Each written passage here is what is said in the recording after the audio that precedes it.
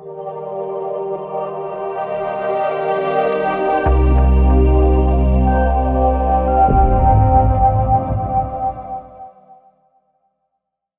you trying to tell me what I know but forgot or didn't realize? It's like kind of smelling the roses. And then what really hurts me more is the fact that you said that you can back it up by actually having that evidence of conversation with students. That's right. Is that right? Yeah, absolutely. So your life, what was it like when you grew up? Because today you helped the 2020 Brent Young Ambassadors competition and stuff, and that must have been a really proud moment. Absolutely. Amongst all of the other amazing accolades that you've achieved over your life, and you're a married man and you've got time, etc., etc. But what was your growing up like? You know, it's so interesting because in the face of it all, I had a good childhood in the face of it, but that's because my mother went over and above for myself and my two sisters. God you know, bless. she really compensated for the challenges we had growing up. So as a child, I was bullied at primary school. Wow. The bullying was it was significant enough for me not to remember what it was. Wow. So That's such a deep question. you know, it's actually, you know, I laugh, but you know, it was significant enough for my parents and the boy who bullied me, his parents, to come into school on a regular basis. But if you asked me what happened when I was bullied, I actually can't remember. So you used to block it out. I've clearly blocked it out, right?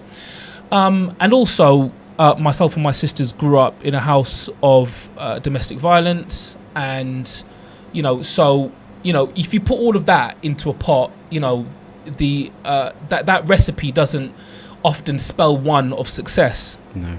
But just before we continue, just in case there's other listeners who are listening tonight and they feel that they are possibly in a similar position here as to Julian and many of my other guests have been, do reach out. It's not the end. You know, the proof of having this discussion with Julian tonight is evidence within itself. So do get help. I mean, and the best way to get that assistance is to touch base with your teachers so they can communicate to the relevant authorities. If you're having any problem with children or parents who are having a problem with their children being bullied, please do reach out. And you know, Julian is living evidence of there is light at the end of the tunnel. So please, I hope that helps. Please do step forward. Sorry, Julian, please. But not to divert too much, I suppose the reason why I've mentioned those things, and if anyone kind of tracks back on my prior interviews, you'll notice I've not talked about that much. And the reason why I've decided to talk about it more is because parents of our students have told me that their children are victims of bullying and another, you know, issues within the home. Oh, no. And I became conscious of the fact that those kids didn't know that the guy who founded the company that they go to classes with every week can share their experience, right? Wow. God bless you. And so I felt it's perhaps necessary for me to do that because I want other children and I want other parents out there to know that the reality of it is parents come to us as a youth organization and they confide in us because oftentimes they don't feel that they're in a safe space with local authorities or with teachers, so they come to who they feel they are safe to talk to, and it took us aback. It took us aback a number of times because we were like, well, you know, we teach kids entrepreneurship. We're not qualified to talk about these types of issues, but they felt that that they were in a safe space with us, and we listened and we advised as best we could, and we signposted. So and I assume that you obviously have since then taken more advantage of actually getting your senior trainees. Absolutely, yeah. So you know, I mean, all of the things around safeguarding and child protection, all of our teachers have gone through that training and have had that background. God bless. And I guess, you know, for parents or anyone out there listening, you know, to find wherever that safe space is, if it's a friend, if it's an organisation you're working with, if it's a tutor, whoever that safe space is, or wherever that safe space is, do talk because you know, it can help. So one of the key things that I want to clarify here is that Julian's never really taken that to the public arena before, so for which I thank you for being live on air and sharing that information.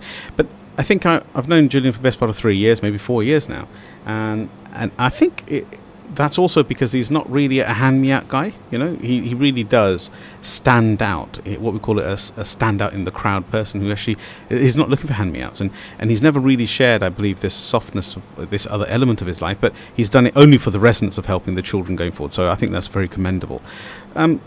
Jul, just to think about this a bit further, Julian. Now, your journey, from wherever your roots were with Halsden, you've said it yourself, but I just want to touch on this a little bit. What were you like as a teenager? Because, come on, you've got such a robustness about you right now. This relentless energy.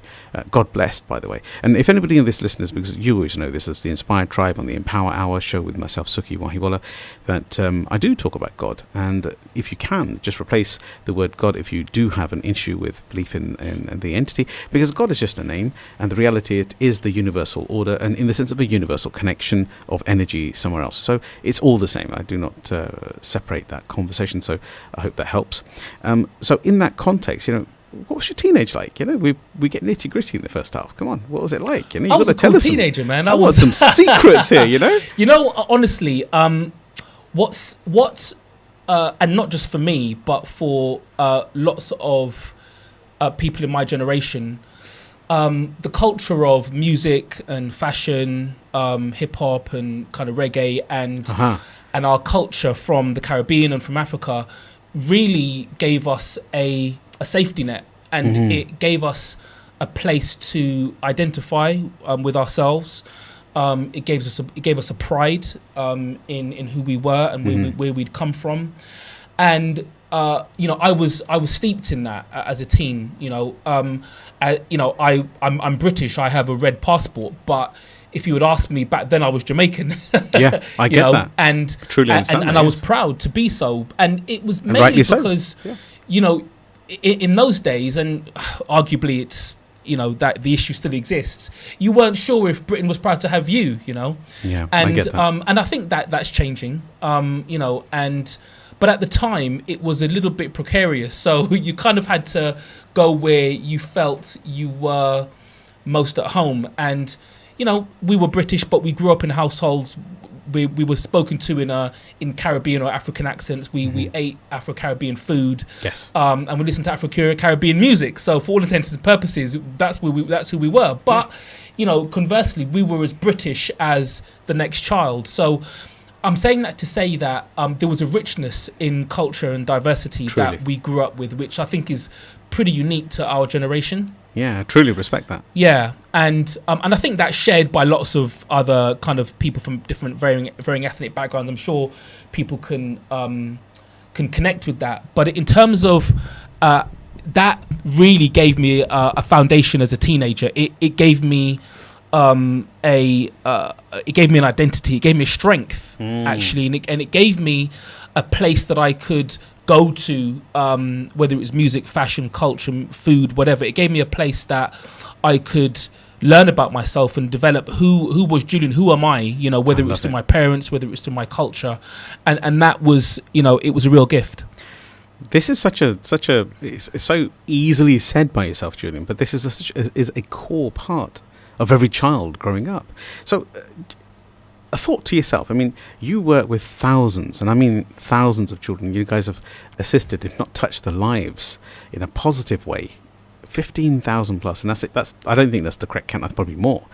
And it's increasing every single year with God's blessings. My question to yourself is that, do you find, now you and I have had this discussion many years ago, that identity is core. Yeah, we've got to have that identity. We've just touched on it now.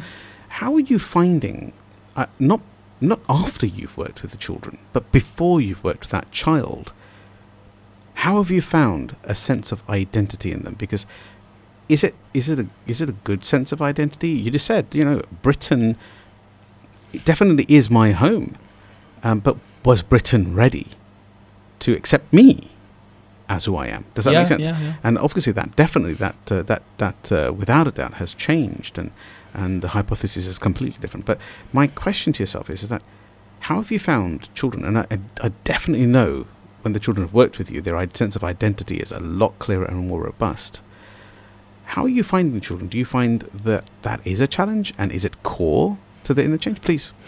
What's interesting is I think kids nowadays love being British, whether they know it or not, because there's quite a distinct, the characteristics of British kids are quite distinct, and they celebrate that. They immerse themselves in that, and I think that's great, because it makes them unique in the face of, if you look at kids from around the world, right? You can tell the British kid, and I think that's a great thing.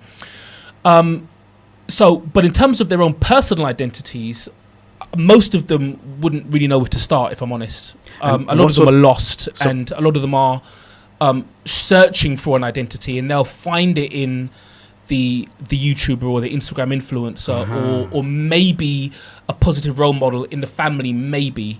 But in terms of this introspectiveness that we spoke about off air earlier on, because that's not really taught in school, being introspective, kids and young people don't necessarily have the tools to work out who they are as individuals. Wow, that's just astounding. I can only look back at myself, and I think I had a very clear sense of who I was, and that was gifted to the fact that we had such a dynasty when it comes to our family name here in the Peterborough environment. We've got people from all around the world listening tonight. We have as far as Australia all through to North America, and the Africas, etc., and India in specific, in China. So the question I've got in my head is that this is definitely an identity issue across the globe, because we call it the MTV generation, taking that, no disrespect to MTV, but it's kind of giving one culture across the whole planet, isn't it?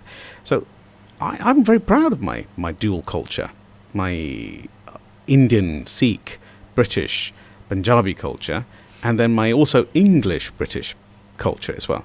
And my question is, the generation for tomorrow I'm talking about, do you find it as distinct as that, or do you find them a little bit lost? In terms of cultural heritage, I think it is stronger than most would believe. But that's because yet their parents still retain some of that cultural identity of our generation. Yeah. So because we grew up quite proud of where our parents came from, because most of our parents they weren't born here. No. And so that identity rubs off on our children, and if they still have a connection with their grandparents, then they have that. Yes.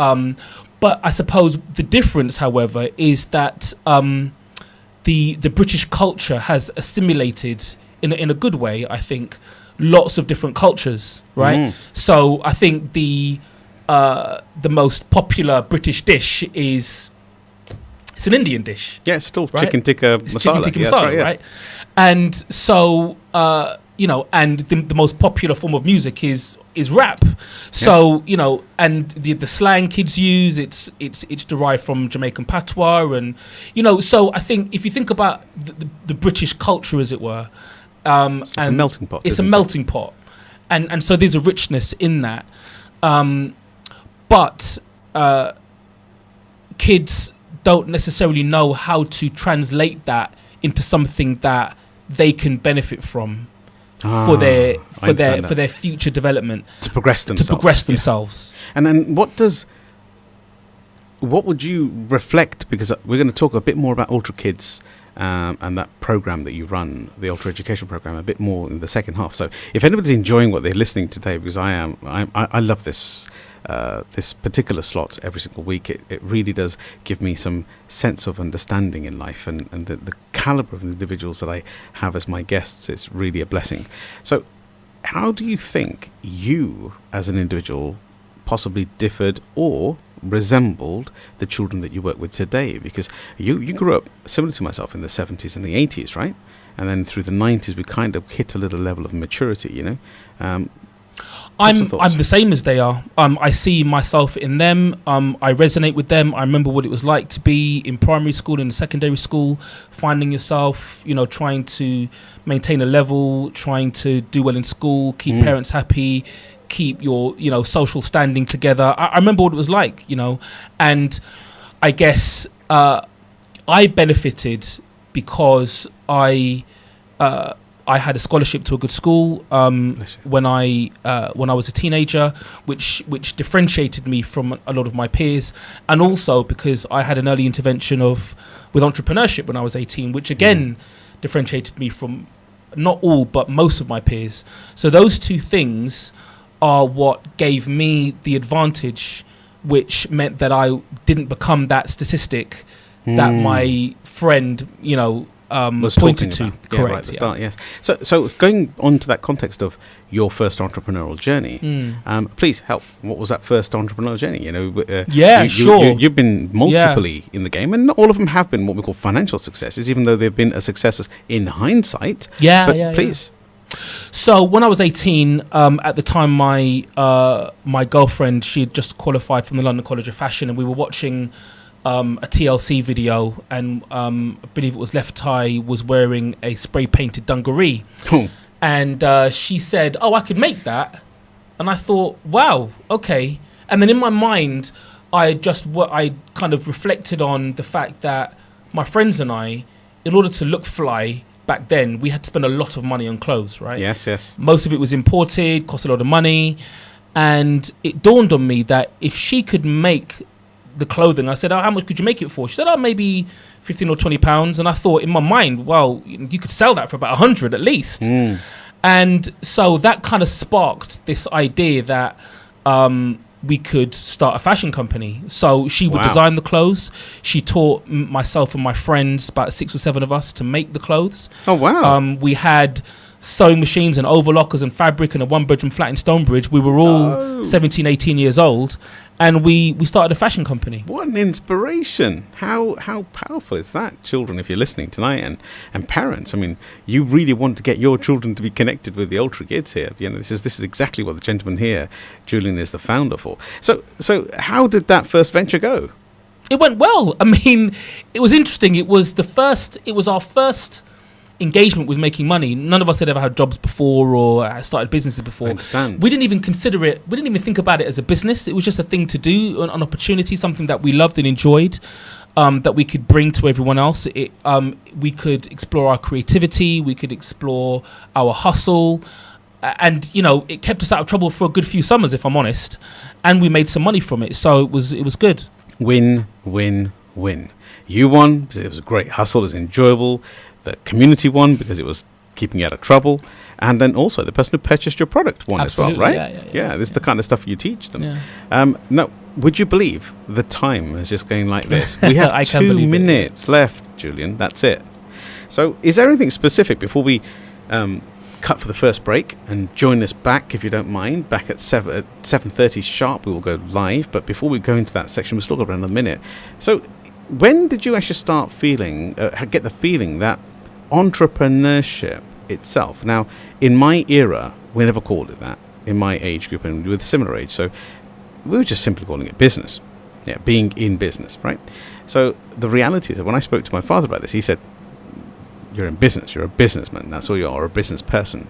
So the question I ask yourself is that how did those learning journeys actually make a difference in your life? And we're down to that last minute, man. Well, as a child, I was an introvert. I lacked confidence. I told you earlier on about my how I was, my experience as a young person. So I was introverted. I was really unconfident. But I would say entrepreneurship turned my life around, and the experience of entrepreneurship pretty much saved me from a life that would extend that feeling of introvertedness, extend that feeling of unconfidence, and which is the reason why I champion entrepreneurship today. Do you know what? I'm not joking. I think I'm having a beautiful conversation here tonight on the Empower Hour with Julian Hall, the founder and the actual main director of Ultra Kids and Ultra Education. Please tune back in at 7:30. It's the Empower Hour on Salaam Radio. We're going to take a short break. See you soon. Welcome everybody. Good evening once again to the second half of the Empower Hour with myself, Sukhi Wahiwala, and Salaam Radio. This evening we have our amazing guest, and he's such a truly inspiring individual who's touched nearly 15,000 plus lives with entrepreneurship and education. I have to say this open on air and live on air. His name's Julian Hall. You know, this guy should be Julian Hall MBE or Julian Hall OBE. And I'm telling you, if the government's listening in any which way, we need to be respecting and seeing individuals like this. So he's definitely not going to agree with me, but I'm afraid, you know, your humility precedes you. Welcome back, Julian. Thank you, Sukhi. So, Julian, we were talking just before we left about how things have kind of progressed over the years with identity and the fact that we've now become this communal identity, which is true. How possibly, you know, we said that were we ready to accept that we were British, but the question then came deeper with was Britain ready for us as well? You know, were they ready to accept us? And I think that's definitely moved on in the years, and I believe there is that oneness. Definitely there, as I through my years have never had those sort of challenges. That doesn't mean it wasn't there. It's just I haven't had those challenges, and I've been found myself very gratified and blessed by that. So moving forward, I'm more interested now in what Ultra Education does. So you've helped thousands of children, but I know there's an inspiration. You were also a banker. From my conversation, you know, come on, you've been 10 years. You know, somebody came from Harlesden who you said yourself, who didn't even realize when one of your friends, school friends, actually said, oh, you haven't done too badly from somebody from Harlesden. That hit you in the heart, and it sort of like touched you to inspire you to start to look to create change in the children of tomorrow. But there was a journey. I mean, you keep playing down yourself. I've been speaking to you so many times, and you don't ever really say, yeah, I've done that, yeah, I've done that. You know, it's like getting blood out of a stone, audience. You know, Tribe, you want to push him here. You know, he's such a humble guy. Julian, please tell us. You know, you had a lovely journey. You got a scholarship in school. You know, you ascended yourself out of that system. You had a mum that just basically forgot herself for you and your sisters, and really laid down everything you ever needed in life, right? And that's so beautiful to hear. You got into banking. How did that happen? So after I had finished running the business when I started at 18, when that had run its course, I then started to pull at every business model I could think of. But back then there was no internet, there was no business support, there were no coaches. Most definitely not. So nothing I did worked for the long term. So I thought, let me just do what my mum told me to do and go and get a job like a normal person. Go and get a job. Yeah. So the other thing I was really passionate about was tech. So when I was, you know, 5, 6, 7 years old, you know, I was always tinkering on my old Commodore 64 computers and all the rest of it. So I was really comfortable with tech. So I, you know, got a job as a kind of computer engineer after all of the businesses had failed. But because of the kind of entrepreneurial experience that I'd had, I learned things really quickly. I could sell myself really well. Wow. I could process stuff in a way maybe that others couldn't. So what ended up happening is I ended up getting headhunted from one job to the next. And I remember when I got the call from my agent, who gave me my first investment banking job, and it doubled my salary overnight. Wow. And all of this, I had no degree, so really I shouldn't have, you know, got into investment banking. But I had a career. I'd worked for a number of the major investment banks in the city and in Canary Wharf, and there was no reason for me to leave. Lots of my friends who I just went out to dinner with the other night are still in investment banking, and they're all doing really well. I suppose the difference for me was I had that early experience with entrepreneurship, so I remember what it was like to run my own, to do my own thing, to be my own boss. Yeah.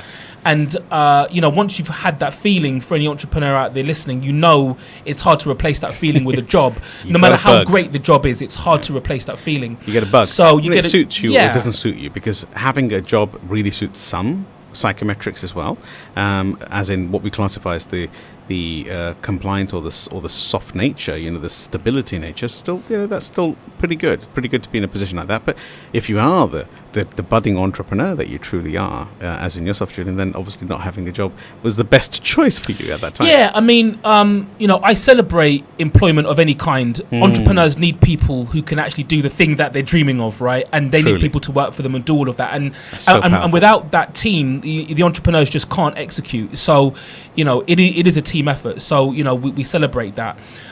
For me, though, I was just wired slightly differently, as every entrepreneur kind of feels. So around 2000, after still tripping over failed business models, I bought a small .com from a guy in East London, actually. It was in a chip shop. It was just a really odd thing, thinking back at it. Yeah, you walk back into the chip shop and say, you end up walking out buying your bag of chips and the fish and also a .com. And a .com company, right? So I had done that, and this guy had used offline marketing to promote this online business.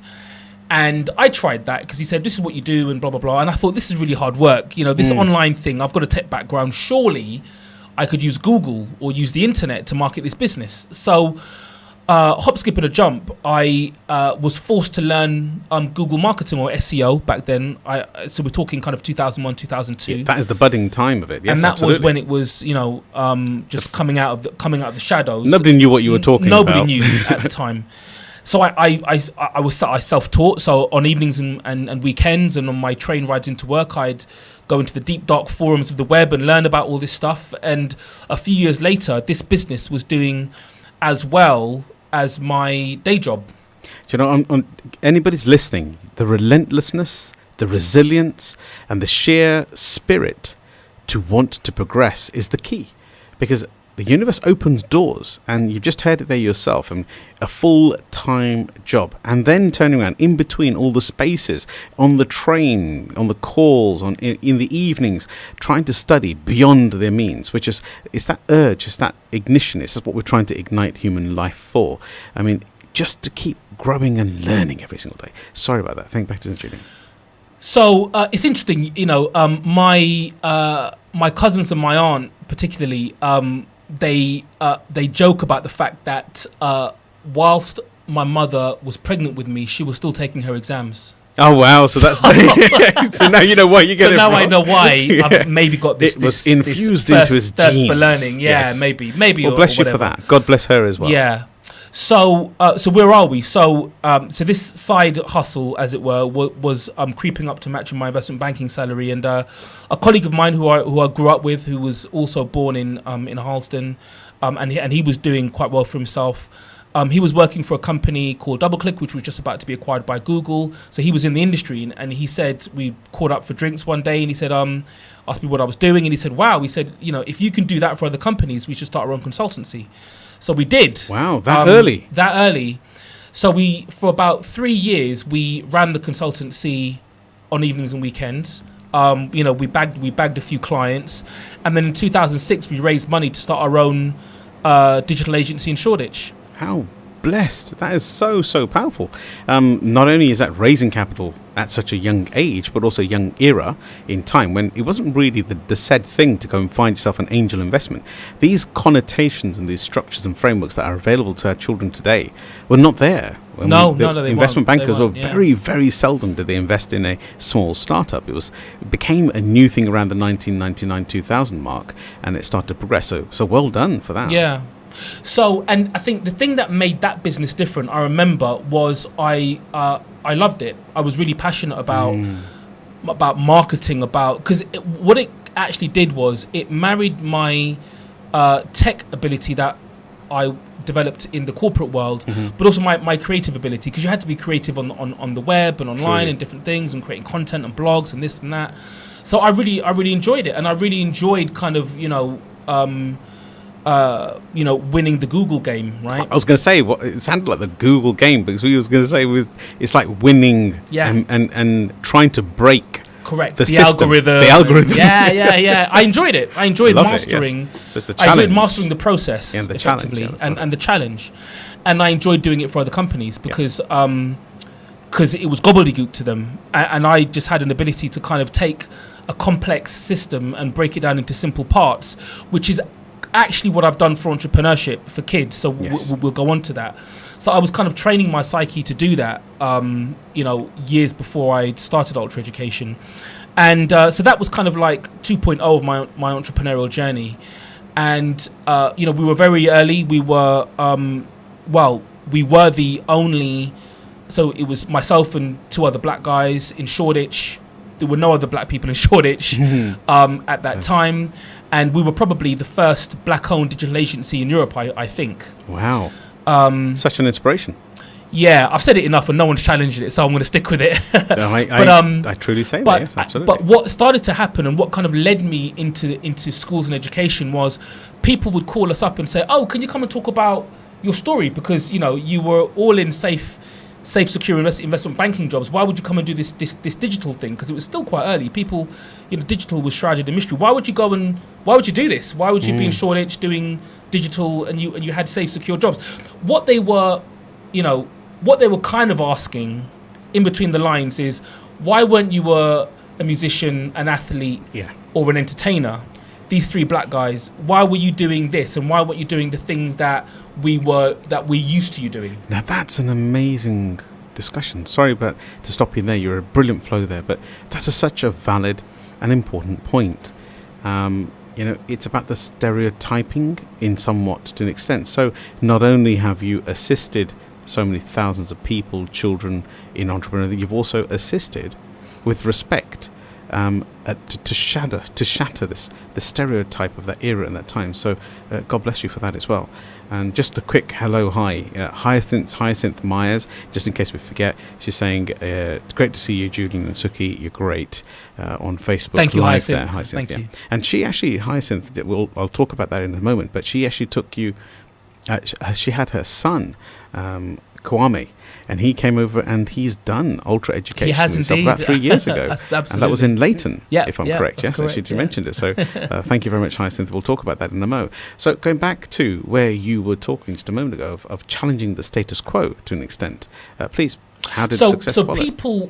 Some people were quite open about that. They said, look, Julian, we'd like you to come and talk to our kids because what you're doing isn't stereotypical, and we'd like to show our kids alternate perspectives on what work can look like, right? Because you run your own business and you run it in an industry which isn't common to to what everyone expects. So it's refreshing, right? So that was great. I was happy to go and do that. So for the next couple of years, alongside running the agency, I would go in and go everywhere from primary schools to universities and talk to students, and I built up a concerning picture over time. Oh wow! And what I realised was there was a growing ambition for kids and young people to become entrepreneurs, because at this point, they all knew Mark Zuckerberg was a young cat. They all knew that, the internet didn't matter how old you were.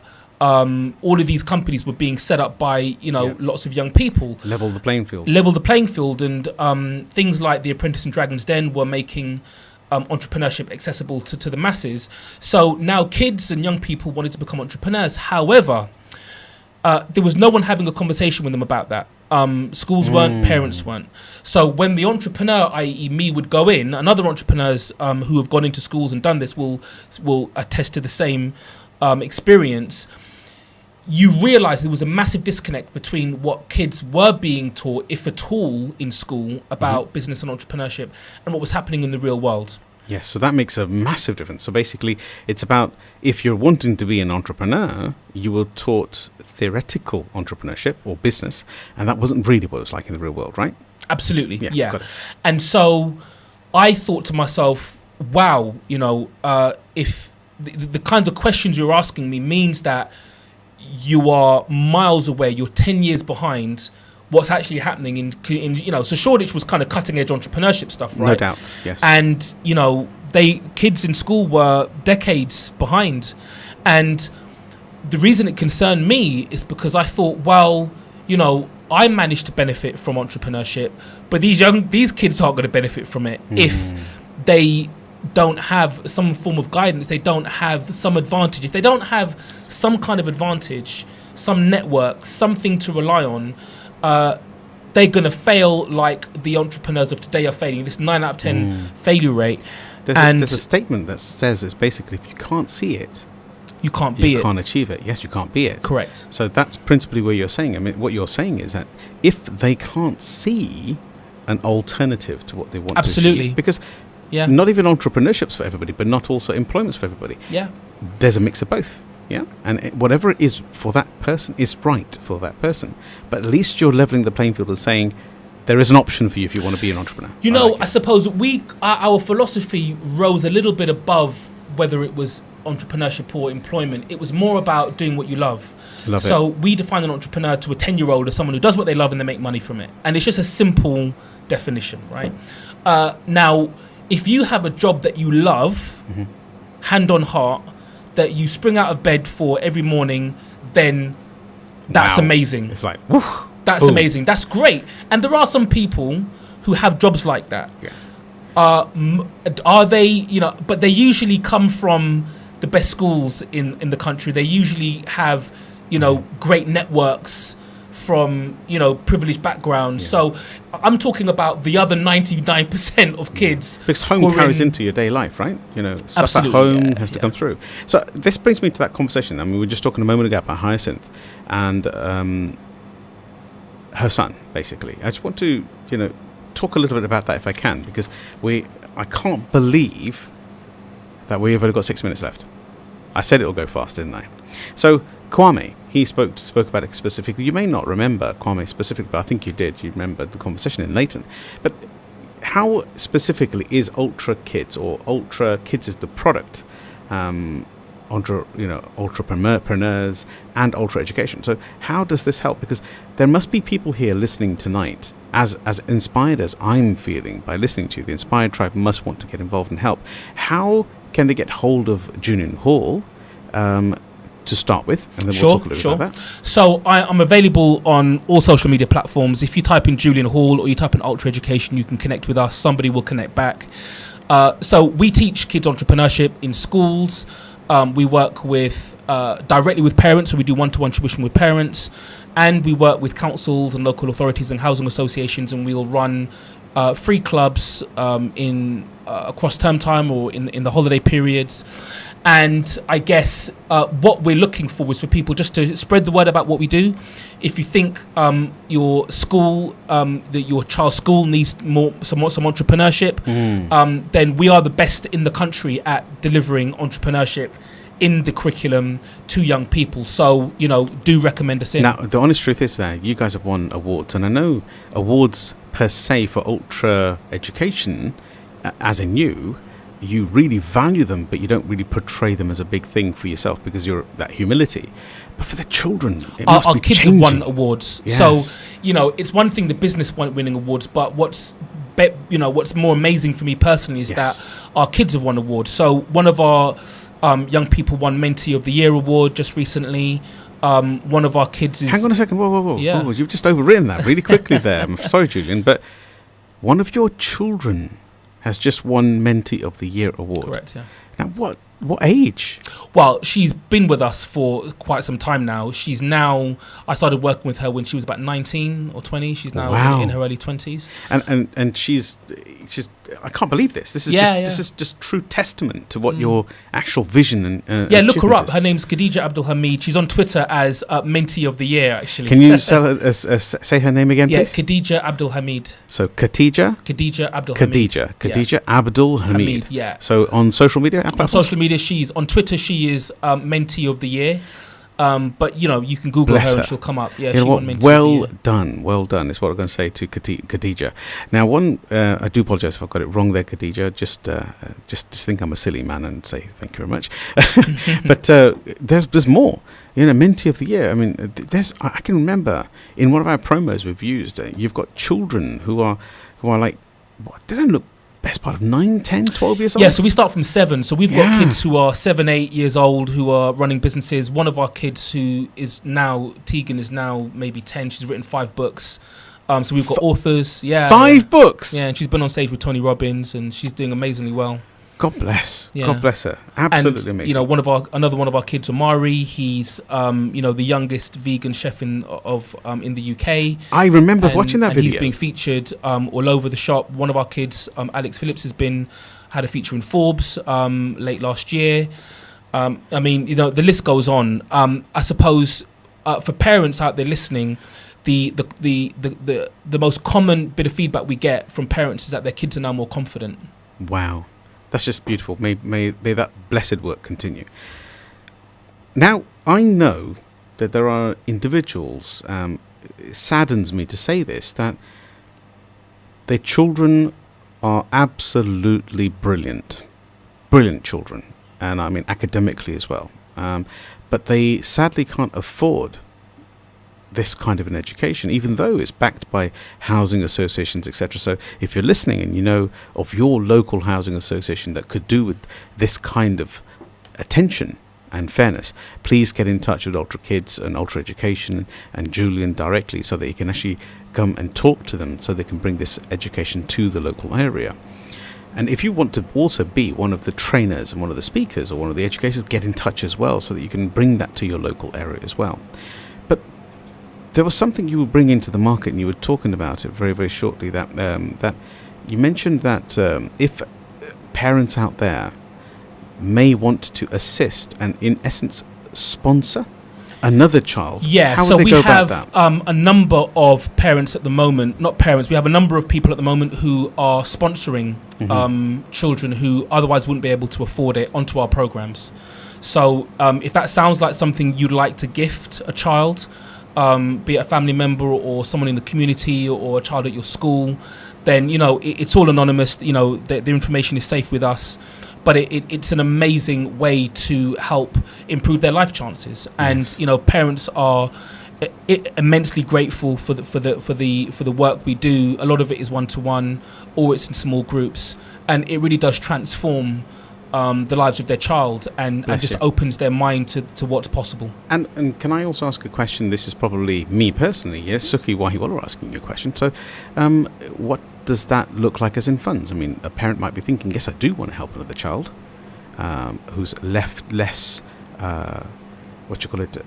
able to get onto that ladder. So the question is that what does that look like? Is there a kind of a fee? I mean, we're talking about a couple of £100 per term to sponsor a child onto one of our programs. Onto one of the programs. And that is so achievable. That is so achievable and attainable. May God bless you for that. That's definitely. Thank you. So in this context, if you would like to help in any way, and this is not about the sales, and this is about local community, this is about our next generation. We were talking about the ultra kids of the future. Please reach out as much as you possibly can. So on that context, do you kind of have children who really shine and sit a bit like a scholarship, like a ultra scholarship, where they actually sit there but they're definitely ready to be sponsored by somebody? So without giving their names, and of course, what sort of things are they shining with? You know, have you got any ideas of individuals who are sitting there who just want sponsoring? Yeah, so what we start with is their passion. So again, you know, we define an entrepreneur as someone who does what they love and they make money from it. So we start with that child's passion. And the reason why kids love what we do is because we're just opening up the thing that they already love. So whether they love gaming, YouTubing, reading books, football, ballet, whatever it is, there's a business model behind each and every one of those things. Truly. And all we do is expose that and get them to extend their creative ability into that passion. And so it's really engaging, and we now are able to show them examples of other kids, right, who are, you know, just like them, look like them, talk like them, whatever, who might be doing similar businesses. So they're inspired by their peers. And we can share with parents the journey of other parents. You know, we've got a WhatsApp group of a couple of 100 parents who are supporting each other on a regular basis and sharing stories and supporting their children.